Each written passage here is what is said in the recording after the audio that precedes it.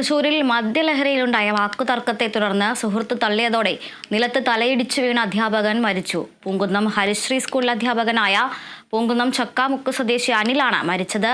സംഭവത്തിൽ സുഹൃത്ത് ചൂലിശ്ശേരി സ്വദേശി രാജരാജനെ തൃശൂർ ഈസ്റ്റ് പോലീസ് കസ്റ്റഡിയിലെടുത്തു.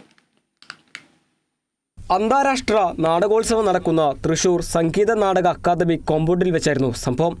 രാത്രി സംഗീത നാടക അക്കാദമിക്ക് തൊട്ടപ്പുറത്തുള്ള KTDCയുടെ ബീർ പാർലറിൽ ഒരുമിച്ചിരുന്ന് മദ്യപിച്ച ശേഷമാണ് ഇരുവരും അക്കാദമി കോമ്പൗണ്ടിൽ എത്തിയത്.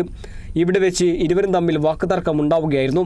ഇതിനിടെ രാജരാജൻ അനിലിനെ തള്ളിയതോടെ അനിൽ തലയടിച്ച് നിലത്ത് വീഴുകയായിരുന്നു.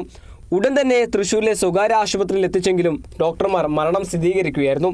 സംഭവത്തിന് പിന്നാലെ രാജരാജനെ തൃശൂർ ഈസ്റ്റ് പോലീസ് കസ്റ്റഡിയിലെടുത്തു.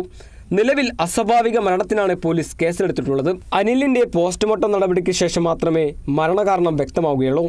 വീഴ്ചയുടെ ആഘാതത്തിലാണ് മരണം സംഭവിച്ചതെന്ന് പോസ്റ്റ്മോർട്ടത്തിൽ കണ്ടെത്തുകയാണെങ്കിൽ കൊലപാതക അടക്കമുള്ള വകുപ്പുകൾ രാജരാജനെതിരെ ചുമത്തുമെന്ന് പോലീസ് അറിയിച്ചു.